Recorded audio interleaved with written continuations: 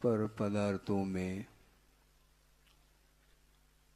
सुख का अन्वेषण करना उस प्रकार का कार्य माना जाता है कि जिस प्रकार रेत में से तेल निकालने का कार्य। आप सुन रहे हैं? आप तेल निकालते हैं, मूंगफली का भी तेल निकलता है, तिली का भी तेल निकलता है, सरसों का भी तेल निकलता है और बहुत सारे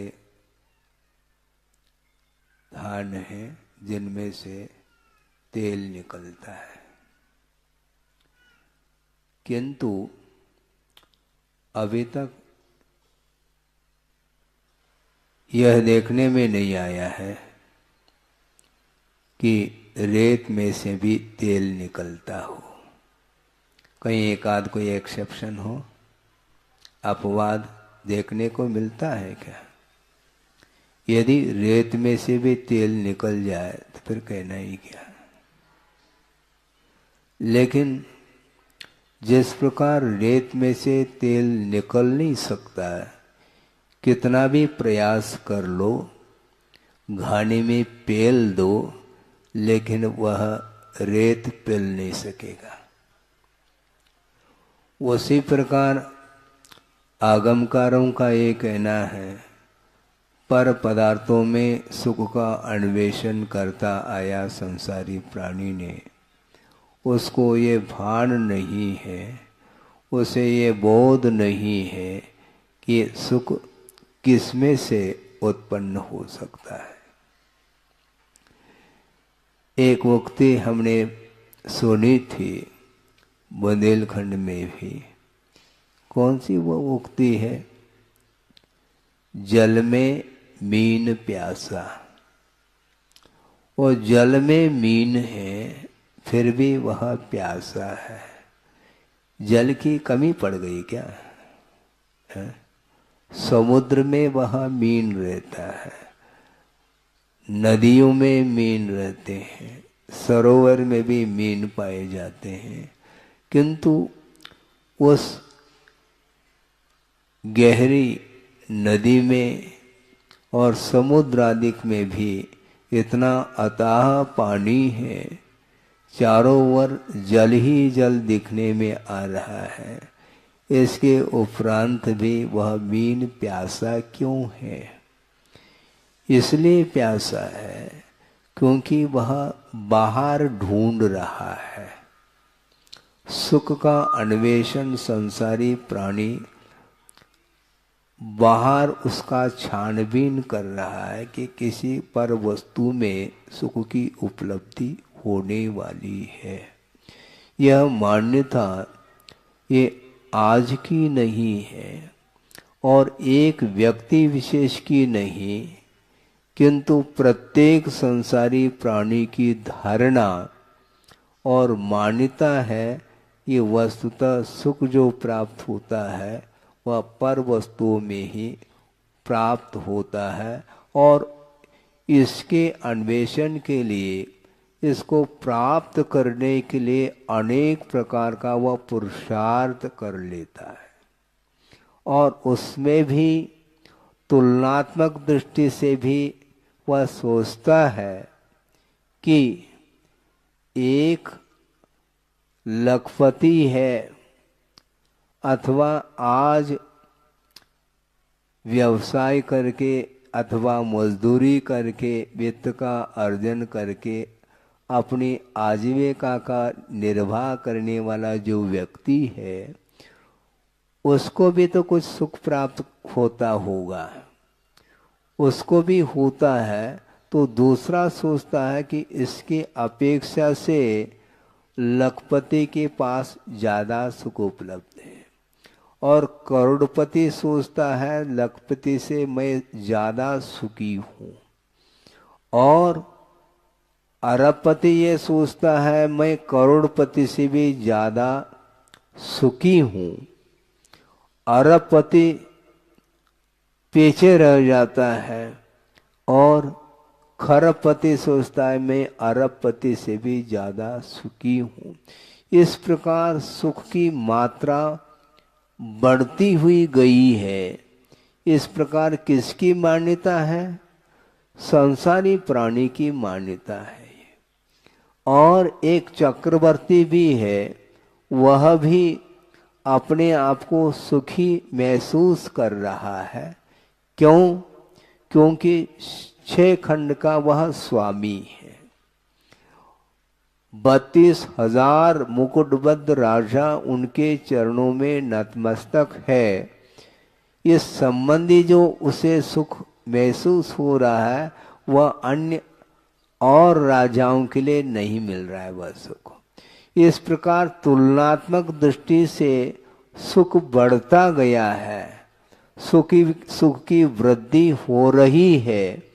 और आगमकारों का ये कहना है ये इंद्रिय जन्य सुख है बंधु, ये ध्यान रखना, पहले से स्पष्ट कर देता हूं। और चक्रवर्ती के पास जो वैभव अथवा संपदा है, उस संपदा के माध्यम से उन्हें जो सुख उपलब्ध हो रहा है, उस सुख से भी कई गुना सुख किसके पास है? भोग भूमि जो मनुष्य है, जो जगन्य भोग भूमि में पैदा हुए जो मनुष्य हैं, जहाँ पर एक पल्ली की आयु है और वहाँ पर कितना? एक दिन छोड़ करके कवलहार लिया जाता है। क्यों? एक ही दिन है ना। हाँ, एक दिन के अंतराल से वह भोजन करता है। हर बहेरा और आंवला के समान उनका भोजन होता है। अब सोचो, चक्रवर्ती की संपदा फीकी पड़ गई। चक्रवर्ती का जो सुख है वह कमजोर सिद्ध हो गया है। उससे अधिक सुखवान कौन सिद्ध हुआ? जगन्य भोग भूमि का वह मनुष्य। उससे भी अधिक मात्रा में सुख उपलब्ध हो रहा है मध्यम भूभूमि के मनुष्यों के लिए। उससे भी अधिक मात्रा में सुख उत्तम भोग भूमि के जो मनुष्य हैं उन्हें उपलब्ध हो रहा है। अब समाप्त हुआ है क्या? सुख की मात्रा और बढ़ रही? हाँ, बढ़ेगी और बढ़ेगी। उससे भी अधिक जो भवनत्र के जो देव हैं, भवनवासी, व्यंतर और ज्योतिष्क देव, इनमें जो इंद्रियजन्य सुख प्राप्त हो रहा है उन्हें, वो उत्तम भोग भूमि से भी अधिक सुख माना गया है। इसके बाद वैमानिक देवों का नंबर आता है। उसमें प्रथम स्वर्ग संबंधी, द्वितीय, तृतीय, चतुर्थ, इस प्रकार करते करते करते 16 स्वर्ग तक पहुंच जाओ। इसके उपरांत 9 ग्रैविक और हैं। उसमें प्रत्येक ग्रैविक संबंधी जो सुख है अहमिंद्रों को जो प्राप्त हो रहा है, वह ऊपरी ऊपरी ऊपर ऊपर ऊपर सुख की मात्रा बढ़ती ही जा रही है। और 9 ग्रैविक में 31 सागर की जहाँ पर आयु है, वहाँ के अहमिंद्रों को जो सुख उत्पन्न हो रहा है वह निचले निचले देवों की अपेक्षा से अत्यधिक मात्रा में सुख है। इसके बाद 9 अनुदिशों का नंबर आता है। 9 दिशाओं में 8 दिशाएं हैं, यानी 4 दिशा और 4 विदिशा, ये 8 हो गए और बीच में एक और। इस प्रकार 9 अनुदिश विमान हैं, उनमें निवास करने वाले जो अहमिंद्र हैं उनका सुख भी अन्यों की अपेक्षा से अत्यधिक मात्रा में है। इसके बाद और नंबर आ रहा है सर्वार सिद्धि के देवों का। वहां पर अनुत्तर विमान ये 5 हैं, विजय, वैजयंत, जयंत और अपराजत, और बीच में एक सर्वार सिद्धि। इनमें रहने वाले जो अहमिंद्र हैं वो अन्य देवों की अपेक्षा से वह और अनंत गुना वह सुख बढ़ता चला गया है। लेकिन ये ध्यान रखो, ये सारा का सारा सुख इंद्रिय जन्य सुख माना गया है। जिस प्रकार रेत को पेलने से रत्ती भर भी उसमें से तेल नहीं निकल सकता, उसी प्रकार उनको जो सुख प्राप्त हो रहा है वह भी इंद्रिय जन्य सुख है। इसलिए वह इंद्रिय जन्य जो सुख होता है वह सुखाभास माना गया है। और वह इंद्रिय जन्य जो सुख है वह पराधीन है, ऐसा कहा कर्मायत्त है। पुण्य कर्म के उदय से वह सुख उपलब्ध हो रहा है। अनंतर समय में मान लो वह पुण्य कर्म समाप्त हो गया और पाप कर्म का यदि तीव्र उदय आता है तो वह सारा का सारा सुख समाप्त हो जाता है। इसलिए वह स्वाधीन सुख नहीं है और बीच में वह अंत को ही प्राप्त होने वाला है और दुख से मिश्रित है। उसमें इंद्रियजन्य सुख में निरंतरता नहीं, उसमें गैप आता है, अंतर आता है। क्योंकि अंतर मुहूर्त में साता से असाता, पुनः असाता से साता कर्म का उदय आता है। जिस प्रकार कभी धूप और कभी छाव, निरंतर जो है ना वह धूप नहीं और छाव नहीं। इसी प्रकार कभी सुख और कभी दुख, कभी सुख कभी दुख, और अंत में ये कहना चाह रहे हैं पाप बीजे, ऐसा कहा। इंद्रिय के द्वारा, इंद्रिय के विषयों से उत्पन्न होने वाला जो सुख है वह पाप का बीज है। आप सुन रहे हैं क्या नहीं सुन रहे हैं? है? सुनने में आ रहा है? क्या सुना? इंद्रिय जन्य सुख पाप का बीज कह रहे हैं। और यह प्रसंग निकांक्षित अंग में दिया है स्वामी सुमंतभद्र आचार्य ने। सुनो, विचार करो। अर्थ यह है कि श्रद्धान की भूमिका में ही ये बात आती है कि सम्यक दृष्टि है तो उसके पास 8 अंग होते हैं। वह इंद्रिय जन्य सुख के प्रति वह किस प्रकार विश्वास करता है कि यह पाप का बीज है, इस प्रकार वह श्रद्धान बना लेता है। और आज वर्तमान में अपने आप को क्या मान रहा है? दुनिया में मेरे बराबर और कोई धनी नहीं है। इस प्रकार जिसकी धारणा है उसको ये सोचना चाहिए। चक्रवर्ती को भी सोचना चाहिए, इंद्र को भी सोचना चाहिए, मैं 3 लोक में सुखी हूं। इस प्रकार की यदि उसकी मान्यता है तो वह उसकी मान्यता ठीक विपरीत मान्यता मानी जाती है। क्योंकि इंद्रियजन्य सुख कभी भी सुख नहीं हो सकता, क्योंकि वह पाप का बीज कहा गया है।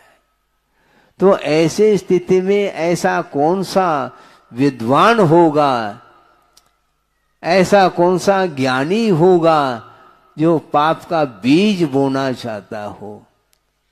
सोचो, विचार करो। कमाने में लगा हुआ है संसारी प्राणी और सारा का समय कमाने में लगा हुआ है, किंतु उसका सारा समय व्यतीत गमा रहा है। वो समय को गमाओ नहीं। वित्त के उपार्जन में लंबा चौड़ा जो जीवन मिला था वो सारा का सारा विषयों में ही गमा रहा है। उससे और कौन अज्ञानी हो सकता है, ऐसा आचार्य कह रहे हैं। अर्थ यह है, अभी चारित्र को अंगीकार किया नहीं गया, किंतु चारित्र के अभाव में ही यह श्रद्धान का विषय बनता है कि पंचेंद्रिय के विषय ग्रहण करने योग्य नहीं है, ये छोड़ने योग्य हैं, क्योंकि ये पाप के बीज है। किंतु मन फिर भी उसी में अटका हुआ है। जिस समय उपदेश सुनने के लिए बैठ जाते हैं उस समय तो कुछ लगता है, हाँ आगम में बात आई है, लेकिन इस परिसर से जो ही बाहर जाता है तो वही घोड़ा और वही मैदान सिद्ध होता है। इसको बोलते हैं अनादिकालीन विषयजन्य संस्कार है। इसको समाप्त आसानी से किया नहीं जा सकता। वंस मोर कह रहा है, जबकि इंद्रियजन्य सुख तृप्ति को उत्पन्न करने वाला नहीं है, तृप्तिजनक नहीं है, इसके उपरांत भी उसकी मान्यता छूट नहीं रही है। पर वस्तु में सुख ढूंढने के लिए वह निरंतर तत्पर है, किंतु जल में बीन प्यासा, वह पर में ढूंढ रहा है। जबकि उस जल में जलपान कर लें तो प्यास बुझ सकती है, किंतु पर में सुख को ढूंढ रहा है ना। आत्मिक सुख को प्राप्त करना चाहो तो वह आत्मिक सुख कभी भी पर में भूल जाओ, कभी भी नहीं मिल सकता, न भूतो न भविष्यति। इसके बाद भी और आचार प्रणीत ये विषय है, वाणी है, ये जिनवाणी है, किंतु जिनवाणी के प्रति भी श्रद्धान करना बहुत कठिन हो रहा है। कम से कम श्रद्धान तो करो, और श्रद्धान करने वाला व्यक्ति फिर कमाने में अपने जीवन को व्यर्थ नहीं गमाएगा। जितना आवश्यक है उतना ले लो, है? किंतु पल की खबर नहीं, सामान 100 साल का ये हो रहा है। कभी भी जीवन अंत को प्राप्त हो सकता है। जिस प्रकार जल है और जल में बुलबुले उठ रहे हैं, जानते हैं उसका जीवन कितना है उस बुलबुले का। एक क्षण में किसी भी पल में वहां फूट सकता है, और उस बुलबुले को देख करके छोटे छोटे बच्चे आनंद का अनुभव करते हैं, और आप लोग हंसते रहते हैं। देखो बच्चे की देखो स्थिति कैसे, बच्चा नादान है, वह समझ नहीं रहा, बुलबुले के साथ भी खेलना चाह रहा है, और आप भी तो बुलबुले के साथ खेल रहे हो। आपका जीवन भी बुलबुले के समान है, इसके उपरांत भी उसकी ओर दृष्टि नहीं जा पा रही। किसी भी पल में जीवन का अंत हो सकता है, उसको कोई रोकने वाला नहीं। यथा बालम तथा वृद्धम, यथा बालम तथा वृद्धम, यथाढ़ दुर्विधम तथा, यथा शूरम तथा भीरुम सामेन ग्रसतेन्त कह। अंतक बोलते हैं मृत्यु, यम, काल, वह समान रूप से ग्रस लेता है। किसको? किसको ग्रस लेता है? यथा बालम, बालक हो तो भी, वृद्ध हो तो भी, धनवान हो तो भी, निर्धनी हो तो भी, शूरवीर हो, हाँ रहो तुम अपनी जगह, आ जाओ, और डरपोक हो तुम, डरो या कुछ भी करो, तुम रोवो चिल्लाओ, कोई भी टस से मस नहीं होता, वह मृत्यु ग्रस लेता है। यदि मृत्यु से बचना चाहो तो अपने को इस संसार से ऊपर उठने का पुरुषार्थ करना चाहो। शूरवीरता का मद आ जाता है, हैं? बल मद आता है ना, हाँ बल मद, शारीरिक बल है, कोटि बट, हाँ रहो। तुम करोड़ों व्यक्तियों को परास्त कर सकते हो, किंतु मृत्यु को परास्त नहीं कर सकोगे। तुम ये ध्यान रखो, मृत्यु को परास्त करने के लिए रत्नत्रय की आराधना करने की आवश्यकता सकता। मृत्युंजयी बनने के लिए सिवाय मोक्ष मार्ग के अलावा और कोई मार्ग नहीं है कि हम मृत्यु के ऊपर विजय प्राप्त कर सके। इसलिए किंतु संसारी प्राणी क्या क्या करता रहता है। एक श्लोक आपके सामने रख रहा हूं। आचार्य समंतभद्र स्वामी ने शीतलनाथ भगवान की स्तुति करते हुए स्पष्ट लिखा है कि संसारी प्राणी सुख के लिए क्या क्या करता रहता है। अपत्य वित्तोत्तरलोक तृष्णया तपस्विन केचन कर्म कुर्वते भवान पुनर्जन्म जरा जिहासया त्रयीम प्रवृत्तिम समधि अवारुणत। ऐसा कहा। हे भगवान, आपने मन वचन काय के चेष्टा को रोका है। किस लिए? जन्म जरा और मृत्यु से ऊपर उठने के लिए हे भगवान, आपने मन वचन काय की चेष्टा को रोक दी है। किंतु संसारी प्राणी पुत्र की उत्पत्ति के लिए वहां तप कर रहा है, वित्त के लिए कर रहा है, उत्तर लोक तृष्णया यानी भावी आगामी भव में मुझे इस प्रकार की संपदा प्राप्त हो, इस तृष्णा को लेकर के वह तप कर रहा है। इसलिए उसका तप कुतप माना जाता है, वह उत्तम तप के कोटि में नहीं आ सकता। ख्याति, पूजा, लाभ, जमीन जायदाद, पुत्र, कलत्र,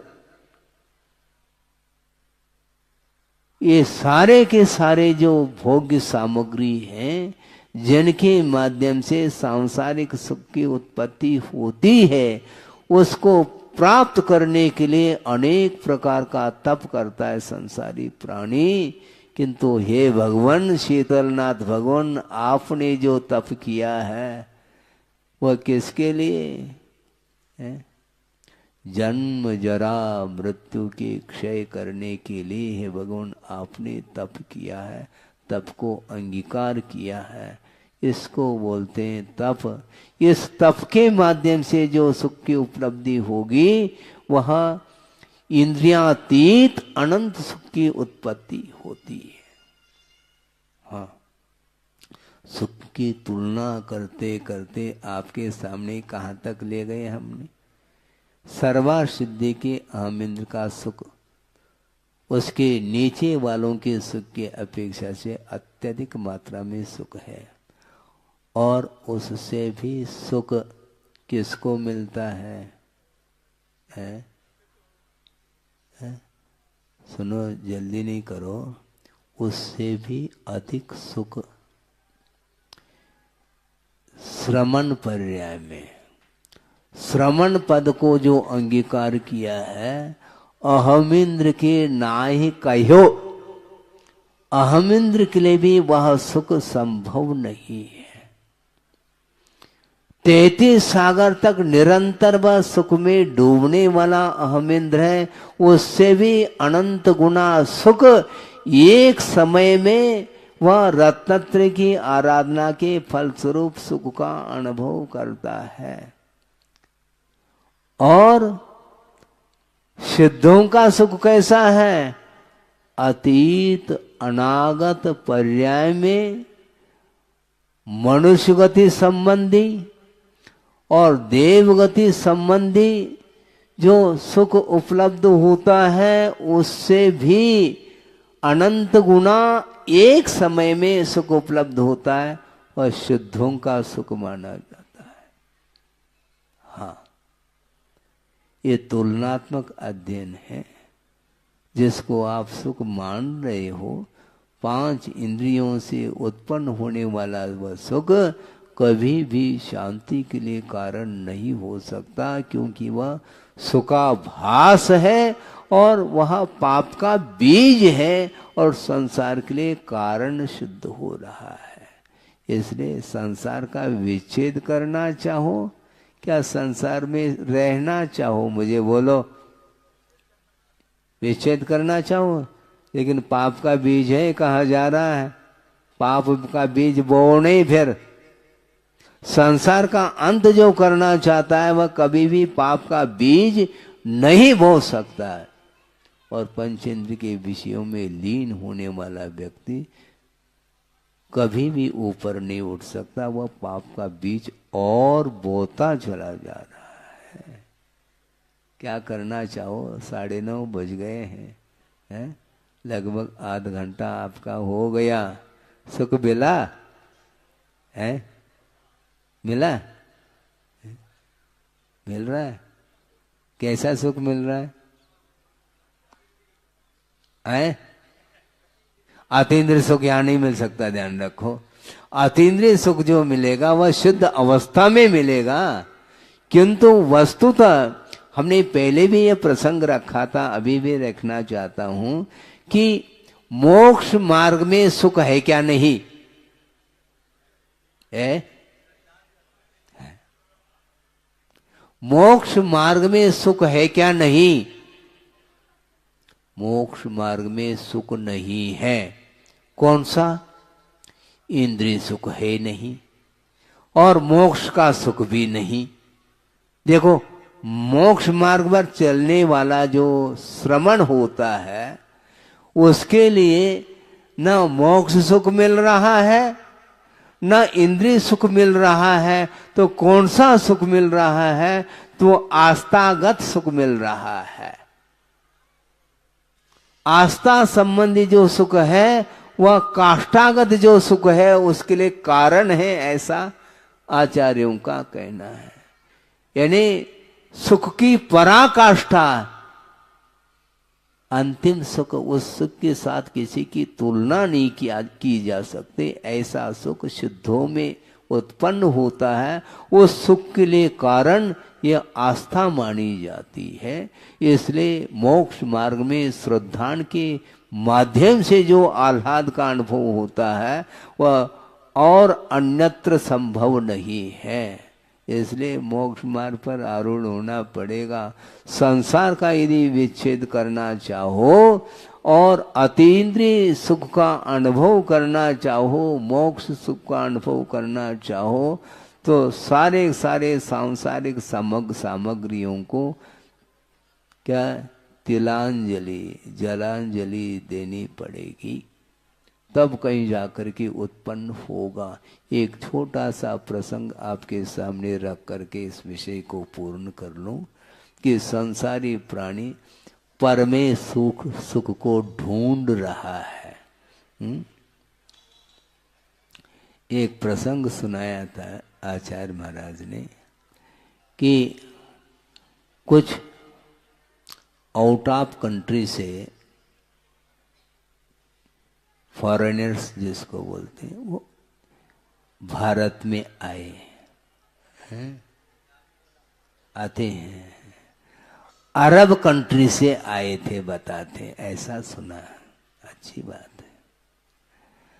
उतने दूर से आए, यहाँ का सुख, यहाँ का वातावरण, यहाँ का दृश्य देखने का मन उनका हुआ, और यहाँ पर आए तो आने के बाद बहुत सारे लोग थे, वो 150 लोग हो सकते हैं, उनकी एक टीम थी। वो आ गए, आकर के एक ऐसे स्थान में पहुंच गए जहाँ पर फुल फैसिलिटी थी।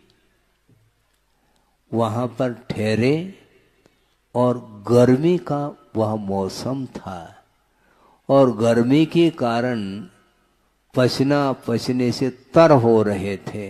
और दूसरी बात यह है, अरब कंट्री में सुनते हैं पानी की कमी, शॉर्टेज, और उसकी अपेक्षा से, उसकी तुलना में भारत में भरपूर पानी देखने को मिला।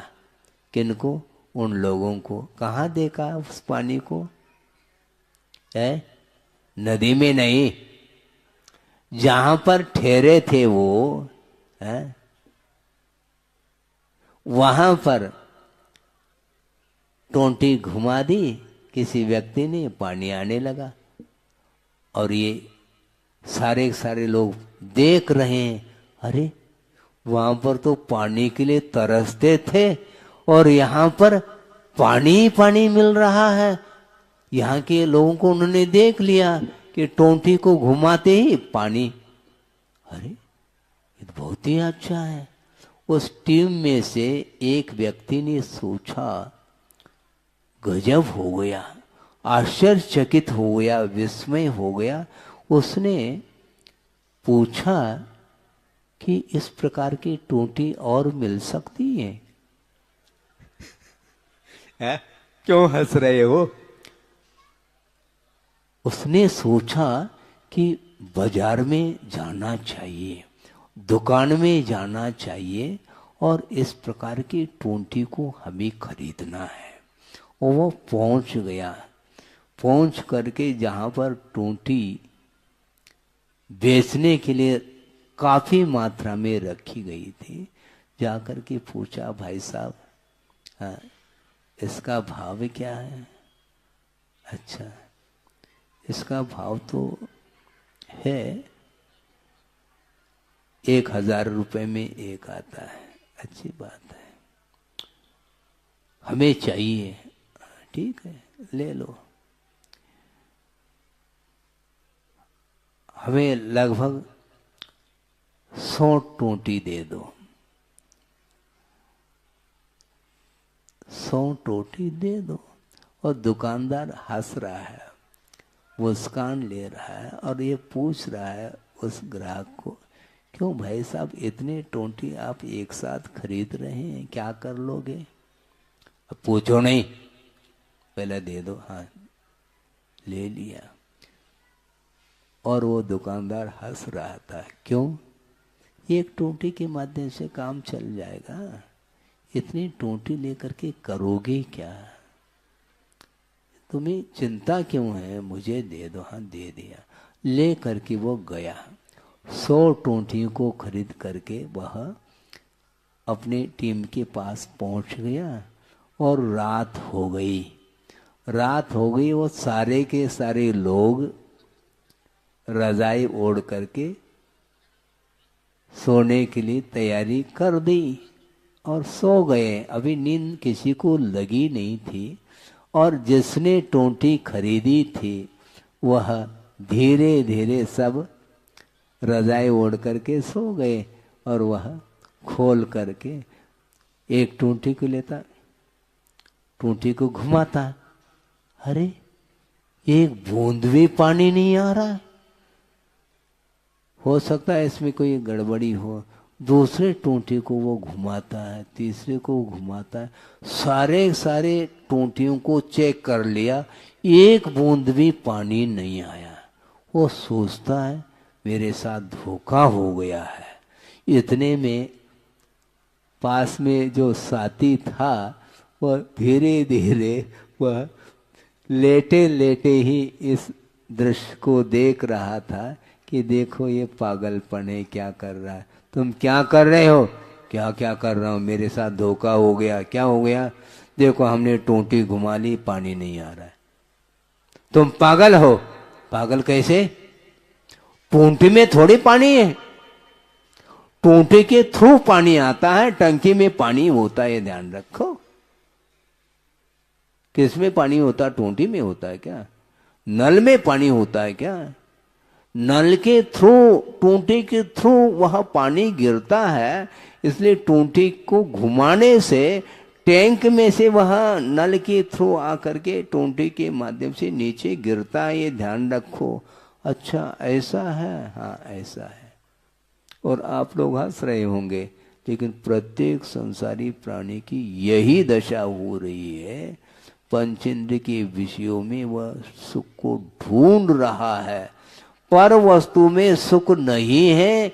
इसको बताने के लिए दृष्टांत दिया है, क्योंकि वहां पर पानी की कमी थी और यहाँ पर पानी पानी दिख रहा था, तो उसने सोचा कि पानी जो आ रहा है वह टोंटी में से आ रहा है, तो टोंटी में पानी होगा।